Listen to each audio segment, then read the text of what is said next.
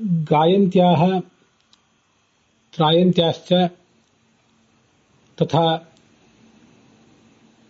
गायकान् त्रायन्त्याः गायत्र्याः 24 अक्षरैः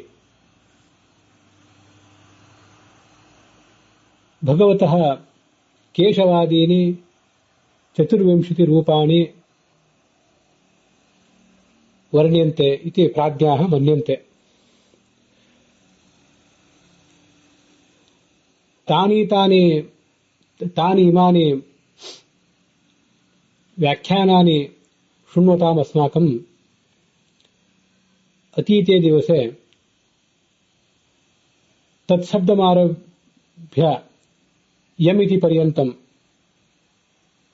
केशव नारायण माधव गोविंद विष्णु मधुसूदन त्रिविक्रम वामनादि रूपाणि कथं वर्ण्यन्ते इति अर्थाः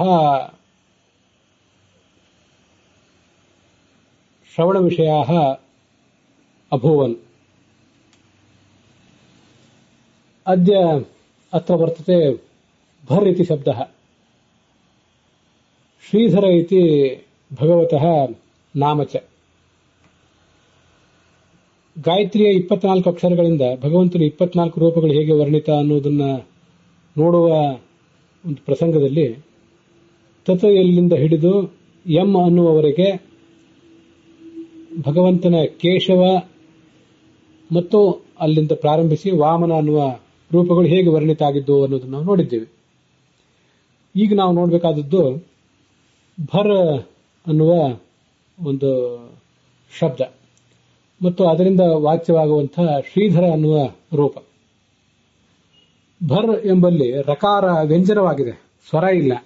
ಆದ್ದರಿಂದ ಅದೆಷ್ಟು ಒಂದೇ ಅಕ್ಷರ ಅಂತ ಪರಿಗಣಿತ ಆಗಿದೆ. ಅದಕ್ಕೆ ಶ್ರೀಧರ ಎಂಬ ಶಬ್ದ, ಶ್ರೀಧರ ಎಂಬ ನಾಮ ಹೇಗೆ ಭರ ಎಂಬುದರ ಅರ್ಥ ಆಗಿದೆ ಅನ್ನೋದನ್ನು ನಾವು ನೋಡಬೇಕೀಗ. ಭ ಅಂದ್ರೆ ಭಾತಿ ಇತಿ ಭಂ, ಕಂಗೊಳಿಸುವಂಥ ಚೆಲುವೆ ಲಕ್ಷ್ಮೀದೇವಿ. ಅವಳನ್ನ ರಮಯತಿ, ಸುಖಪಡಿಸುವವನು. ಈ ಕಾರಣಕ್ಕಾಗಿ ಅವನು ಭರ್. ಅದನ್ನೇ ಶ್ರೀಧರ ಅನ್ನುವ ಶಬ್ದದಿಂದ ಹೇಳಿದೆ. ಶ್ರೀ ಅಂದರೆ ಲಕ್ಷ್ಮೀದೇವಿ, ಆ ಲಕ್ಷ್ಮೀದೇವಿಯನ್ನ ಧರಿಸಿದವನು. ಇದು ಭರ್ ಎಂಬುದರಿಂದ ಶ್ರೀಧರ ಹೇಗೆ ವಾಚ್ಯ ಅನ್ನುವುದರ ವಿವರ. ಮುಂದೆ ನಮಗೆ ಕಾಣಿಸುವಂಥದ್ದು ಹೃಷಿಕೇಶ ಅನ್ನುವ ಶಬ್ದ ಅನ್ನುವ ರೂಪ ಮತ್ತು ಗೋ ಎಂಬ ಗಾಯತ್ರಿಯ 10ನೇ ಅಕ್ಷರ. ಗೋ ಎಂಬುದಕ್ಕೆ ಕೋಶಗಳಲ್ಲಿಯೇ ಇಂದ್ರಿಯ, ನೀರು, ಮಾತು, ಗೋವು ಇತ್ಯಾದಿ ಅರ್ಥಗಳೆಲ್ಲ ಇವೆ. ಗೋ ಅನ್ನೋ ಶಬ್ದಕ್ಕೆ ನಾವೀಗ ಇಂದ್ರಿಯ ಅನ್ನೋ ಅರ್ಥವನ್ನು ತಗೊಳ್ಳೋಣ. ನಮಗೆ ಪ್ರಸ್ತುತ ಈಗ ಉಪಯೋಗ ಆಗುವಂಥದ್ದು ಅದು. ಹೃಷಿಕೇಶ ಎಂಬಲ್ಲಿ ಹೃಷಿಕಾಣಿ ಇಂದ್ರಿಯಾಣ್ಯಾಹು ತೇಷಾಮೀಶೋ ಯಥೋ ಭವಾನ್ ಹೃಷಿಕೇಶಸ್ಥೋ ವಿಷ್ಣು ಅಂತ ಹರಿವಂಶದಲ್ಲಿ ಬರುವಂತೆ ಹೃಷಿಕ ಅಂದರೆ ಇಂದ್ರಿಯಗಳು, ಆ ಇಂದ್ರಿಯಗಳಿಗೆ ಅಧಿಪತಿಯೇ ಈ ಹೃಷಿಕೇಶ. ಇಂದ್ರಿಯಗಳನ್ನು ನೇಮಿಸುವವನೇ ಹೃಷಿಕೇಶ. ಗೋ ಅಂದ್ರೂ ಇಂದ್ರಿಯವೇ. ಇಂದ್ರಿಯದಲ್ಲಿ ಎಲ್ಲಾ ಇಂದ್ರಿಯಗಳು ಭಗವಂತನ ಅಧೀನವೇ ಆದ್ದರಿಂದ ಅವನೇ ಗೋ, ಅವನೇ ಹೃಷಿಕೇಶನೂ ಆಗಿದ್ದಾನೆ. ಮುಂದೆ ನಾವು ನೋಡುವಂಥದ್ದು 11ನೇ ಶಬ್ದ ದೇ ಅಂತ. ದೇ ಎನ್ನುವುದು ಪದ್ಮನಾಭನನ್ನು ಹೇಳ್ತದೆ. ಹೇಗೆ ಪದ್ಮನಾಭನನ್ನು ಹೇಳ್ತದೆ? ಈ ದಿವು, ಕ್ರೀಡಾ, ವಿಜಿಗೀಷಾ, ಸ್ತುತಿ, ಕಾಂತಿ ಇತ್ಯಾದಿ ಒಂದು ಧಾತುವನ್ನು ನಾವು ನೋಡಿದ್ದೇವೆ. ಅದು ಹೆಚ್ಚು ಪ್ರಸಿದ್ಧವಾದದ್ದು. ದಿವು ಧಾತುವಿಗೆ ವಿಹಾರ, ಸ್ತುತಿ, ಕಂಗೊಳಿಸುವುದು, ಸ್ತುತಿಸುವುದು ಇತ್ಯಾದಿ ಅರ್ಥಗಳಿವೆ. ದೇವರು, ದೇವನೇ ಅಂತ ಮತ್ತೊಂದು ಧಾತು ಕೂಡ ಈಗಲೂ ಧಾತು ಪಾಠದಲ್ಲಿ ಉಪಲಬ್ಧ ಇದೆ. ಇದು ಆ ಹಿಂದೆ ನಾವು ನೋಡಿದ್ದು ದಿವ್ ಧಾತು, ಇದು ದೇವ ಧಾತು, ಇಷ್ಟೇ ವ್ಯತ್ಯಾಸ. ದೇವರು ಧಾತುವಿನ ಮೂಲ ರೂಪ ಅಥವಾ ದೇವು ಅಂತ ಧಾತುವಿನ ಮೂಲ ರೂಪ, ಎರಡೂ ಒಂದೇ. ಅದಕ್ಕೆ ದೇವನ ಅಂತ ಅರ್ಥ. ದೇವನ ಅಂದ್ರೆ ಏನು? ಜೂಜಾಟ ಅಂತ ಅರ್ಥ ಆಗಬಹುದು. ದಿವು ಧಾತುವಿಗೆ ಏನೇನು ಅರ್ಥ ಆಗ್ತಾವೋ ಹೆಚ್ಚು ಕಡಿಮೆ ಆ ಎಲ್ಲ ಅರ್ಥಗಳು ಕೂಡ ದೇವನ ಅಂತ ಅನ್ನೋದಕ್ಕೂ ಅರ್ಥ ಆಗೇ ಆಗ್ತವೆ. ದಿವಧಾತುವಿನಿಂದ ದೇವಶಬ್ದ ನಿಷ್ಪನ್ನ ಆಗುವಂತೆ ದೇವಶಬ್ದದಿಂದಲೂ ಈ ದಿವಧಾತು ನಿಷ್ಪನ್ನ ಆಗೇ ಆಗ್ತದೆ. ದೇವಧಾತುವಿನಿಂದಲೂ ದೇವಶಬ್ದ ನಿಷ್ಪನ್ನ ಆಗೇ ಆಗ್ತದೆ. ದೇವನ ದೇವ್ ಅಂತ ಧಾತುವಿನ ಮೂಲ ರೂಪ, ಅದಕ್ಕೆ ದೇವನ ಅಂತ ಅರ್ಥ. ಅದಕ್ಕೆ ನಾವು ಸ್ತುತಿ ಅನ್ನೋ ಅರ್ಥವನ್ನು ಇಟ್ಕೊಳ್ಳೋಣ. ದಿವಧಾತುವಿಗೆ ಸ್ತುತಿ ಅಂತ ಅರ್ಥ ಇತ್ತು, ಅದನ್ನ ಈ ದೇವ ಶಬ್ದಕ್ಕೂ ನಾವು ತಗೊಳ್ಳೋಣ. ಹಾಗಾದ್ರೆ ಸ್ತುತಿಸಲ್ಪಡುವವನೇ ದೇವ ಅಂತ ಆಯ್ತು. ಸ್ತುತಿಸಲ್ಪಡುವವನೇ ದೇವ, ಸ್ತುತಿಸಲ್ಪಡುವವನೇ ಅದು ಸರಿಯೇ. ಪದ್ಮನಾಭ ಅನ್ನೋದು ಕೂಡ ಸ್ತುತಿಸಲ್ಪಡುವವನು ಅನ್ನೋದನ್ನೇ ಹೇಳ್ತದೆ.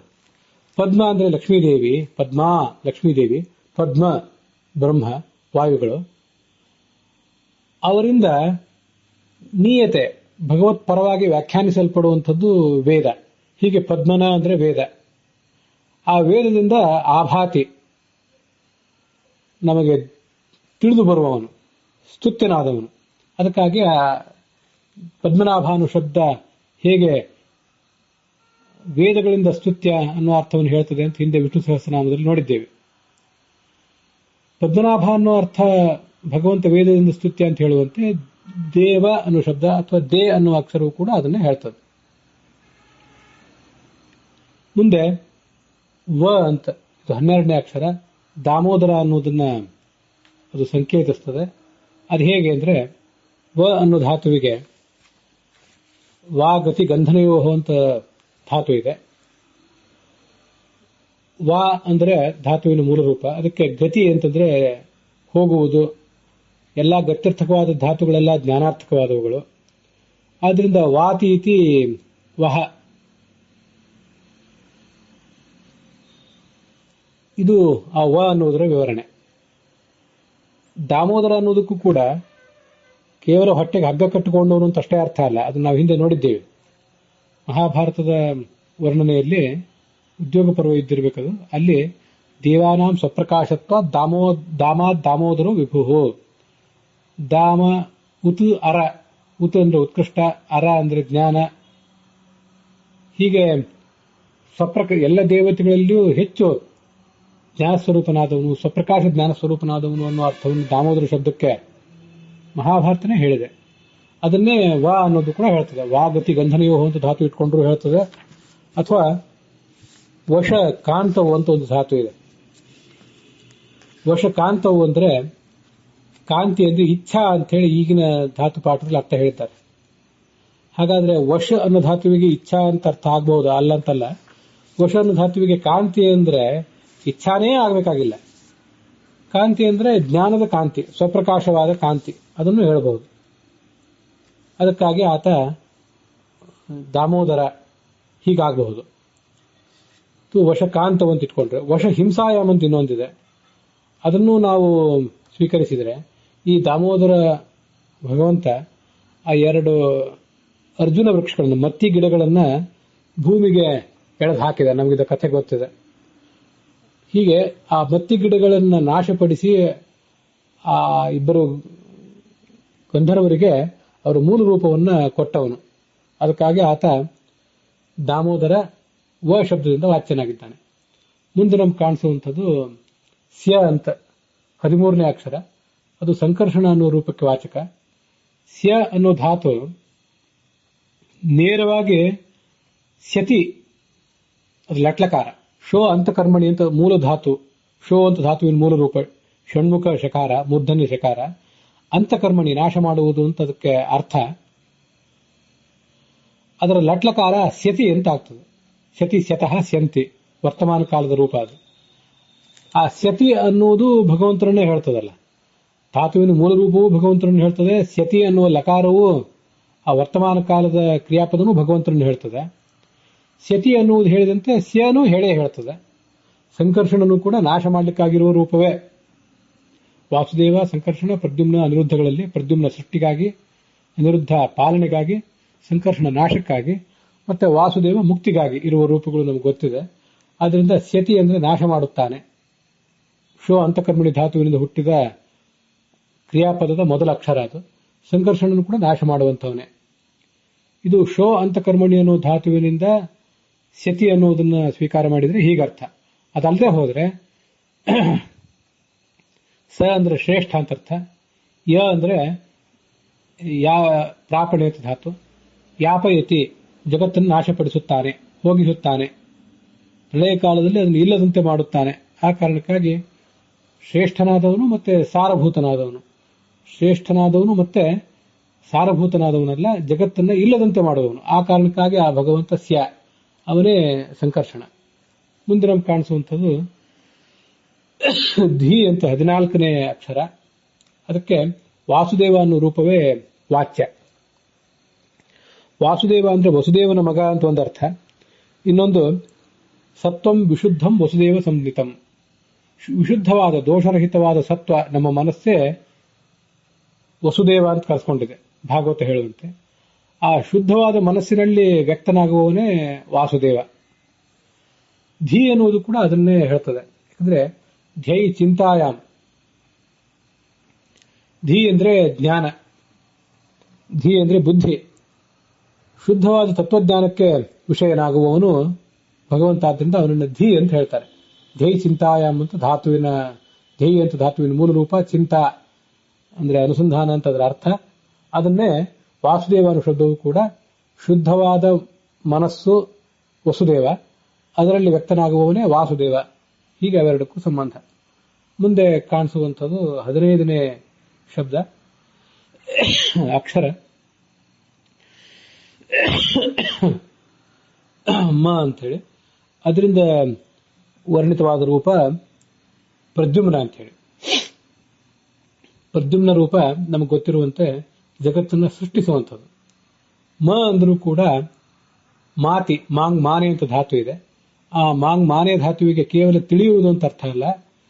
ಮಾನಂ ಜ್ಞಾನಂ ಲಯಶ್ಚೈವ ನಿರ್ಮಾಣಂ ಚೇತಿ ಕಥ್ಯತೆ ಅಂತ ಬೃಹದಾರಣ್ಯಕ ಉಪನಿಷತ್ತಿನ ಭಾಷ್ಯದಲ್ಲಿ ಆಚಾರ್ಯರು ಉದ್ಧರಿಸಿದ ಒಂದು ಕೋಶ ಇದೆ. ಅದರಿಂದ ಮಾನ ಅಂದ್ರೆ ನಿರ್ಮಿಸುವುದು ಅಂತನೂ ಅರ್ಥ. ನಿರಂತ ಉಪಸರ್ಗನೆ ಅದಕ್ಕೆ ಬೇಕು ಅಂತಾನೆ ಏನಿಲ್ಲ. ಮಾತಿ ಅಂದ್ರೆ ತಿಳಿಯುತ್ತಾನೆ ಮತ್ತು ನಿರ್ಮಿಸುತ್ತಾನೆ ಅಂತಾನೆ ಅದರ ಅರ್ಥ ಇದೆ. ಹೀಗಾಗಿ ಮಾತೀತಿ ಮಹಾ, ಆ ಮಕಾರ ವಾಚ್ಯನಾದ ಭಗವಂತ ಅವನು ಜಗತ್ತನ್ನು ಸೃಷ್ಟಿಸುವವನು ಅಂತ ಅರ್ಥ. ಪ್ರದ್ಯುಮ್ನನು ಕೂಡ ಅದೇ ಕಾರ್ಯವನ್ನೇ ಮಾಡ್ತಾನೆ. ಮತ್ತೆ ಪ್ರ ಅಂದ್ರೆ ಪ್ರದ್ಯುಮ್ನ ಎಂಬಲ್ಲಿ ಪ್ರ ಅಂದ್ರೆ ಶ್ರೇಷ್ಠ, ದ್ಯುಮ್ನ ಅಂದ್ರೆ ಪ್ರಕಾಶ, ಶ್ರೇಷ್ಠವಾದ ಪ್ರಕಾಶವುಳ್ಳವನು. ಮ ಅಂದ್ರೆ ಜ್ಞಾನ ಸ್ವರೂಪನಾದವನು.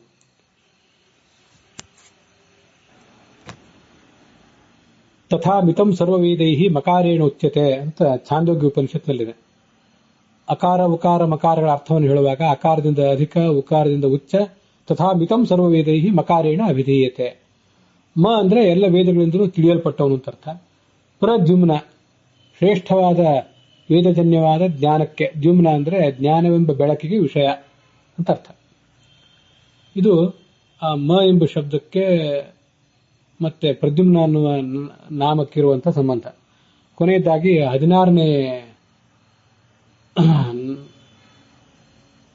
ನಾಮ, 16ನೇ ಅಕ್ಷರ ಹಿ ಅಂತೇಳಿ. ಅದಕ್ಕೆ ಅನಿರುದ್ಧ ಎಂಬ ಭಗವಂತನ 16ನೇ ರೂಪವಾಚ್ಯ. ಈ ಅನಿರುದ್ಧ ಪಾಲನೆ ಮಾಡ್ತಾರೆ, ನಮಗೆ ಗೊತ್ತಿದೆ. ಚಿತ್ತೈ ಪುನಸ್ಸ ಭಗವಾನ್ ಅನಿರುದ್ಧ ನಾಮ ಅಂತ ತಾತ್ಪರ್ಯ ನಿರ್ಣಯದಲ್ಲಿದೆ. ಅದರಿಂದ ಅನಿರುದ್ಧ ಅಂದ್ರೆ ಈ ಪಾಲಿಸುವವನು ಅಂತ ಅವನ ಕಾರ್ಯವನ್ನು ವರ್ಣನೆ ಮಾಡ್ತಾರೆ. ಈ ಹಿ ಧಾತು ಇದೆಯಲ್ಲ, ಹಿ ಗತವು ವೃದ್ಧೌಚ ಅಂತ ಧಾತು. ಹಿ ಅಂತ ಧಾತುವಿನ ಮೂಲ ರೂಪ. ಅದಕ್ಕೆ ಗತಿಯನ್ನು ತಿಳ್ಕೊಳ್ಳುವುದು, ಮತ್ತೆ ವೃದ್ಧಿ ಅಂದ್ರೆ ಬೆಳೆಯುವುದು, ಬೆಳೆಸುವುದು ಅಂತ ಅರ್ಥ. ಭಗವಂತ ಹಿ ಯಾಕೆಂದ್ರೆ ಅವನು ನಮ್ಮನ್ನು ಬೆಳೆಸ್ತಾನೆ, ಬೆಳೆಸುವುದು ಅಂದ್ರೆ ನಮ್ಮನ್ನು ಪಾಲಿಸುವುದು. ಹೀಗೆ ಹಿ ಅನ್ನುವುದು ಭಗವಂತ ನಮ್ಮನ್ನು ಬೆಳೆಸ್ತಾನೆ ಅಂತ ಅರ್ಥ ಹೇಳ್ತದೆ. ಅನಿರುದ್ಧನೂ ಕೂಡ ಬೆಳೆಸುವ, ಪಾಲಿಸುವ ಕಾರ್ಯವನ್ನೇ ಮಾಡ್ತಾನೆ. ಮತ್ತೆ ಹಿ ಧಾತುವಿಗೆ ಬೆಳೆಸುವಂತ ಅರ್ಥ ಇರುವುದಲ್ಲದೆ ಬೆಳೆ ಅಂತನೂ ಅರ್ಥ ಇದೆ. ಬೆಳಿತಾನೆ ಭಗವಂತ, ಅವನಿಗೆ ಯಾವುದೇ ಅಡೆತಡೆ ಇಲ್ಲದೇನೆ ಬೆಳೆದು ನಿಂತಿದ್ದಾನೆ. ನಮಗೆ ದೇಶದ ಕಾಲದ ಅಡೆತಡೆ ಇದೆ ನಮ್ಮ ಬೆಳವಣಿಗೆಗೆ. ಸುತ್ತಮುತ್ತಲಿನ ಭೌತಿಕ ವಸ್ತುಗಳ ಅಡೆತಡೆ ನಮಗಿದ್ರೆ, ಆ ಭಗವಂತನ ಬೆಳವಣಿಗೆಗೆ, ವೃದ್ಧಿಗೆ ಯಾವುದೇ ರೀತಿಯಾದ ಅಡೆತಡೆ ಇಲ್ಲದವನೇ ಅವನು ಆ ಭಗವಂತ. ಆದ್ರಿಂದ ಅಡೆತಡೆ ಇಲ್ಲದೆ ಬೆಳೆಯುವ ಭಗವಂತನೇ ಹಿ. ಅನಿರುದ್ಧ ಅನ್ನೋದು ಕೂಡ ಯಾವುದರಿಂದಲೂ ನಿರುದ್ಧನಲ್ಲ, ತಡೆಯಲ್ಪಟ್ಟವನಲ್ಲ ಅನ್ನೋದನ್ನೇ ತಿಳಿಸ್ತದೆ. ಹೀಗೆ ಹಿ ಮತ್ತು ಅನಿರುದ್ಧ ಇವೆರಡೂ ಕೂಡ ಸಮಾನವಾದ ಅರ್ಥಗಳನ್ನು ಹೇಳ್ತವೆ. ಇದು 16ನೇ ಅಕ್ಷರ ಮತ್ತು 16ನೇ ರೂಪದ ಒಂದು ಸಂಬಂಧ. ಇನ್ನು ಉಳಿದ 8 ಅಕ್ಷರಗಳು ಮತ್ತು 8 ರೂಪಗಳ ವಿವರವನ್ನ ನಾಳೆ ದಿವಸ ನೋಡೋಣ. ಇಲ್ಲಿಗೆ ಈ ಭಾಗ ಸಮಾಪ್ತವಾಗಿದೆ.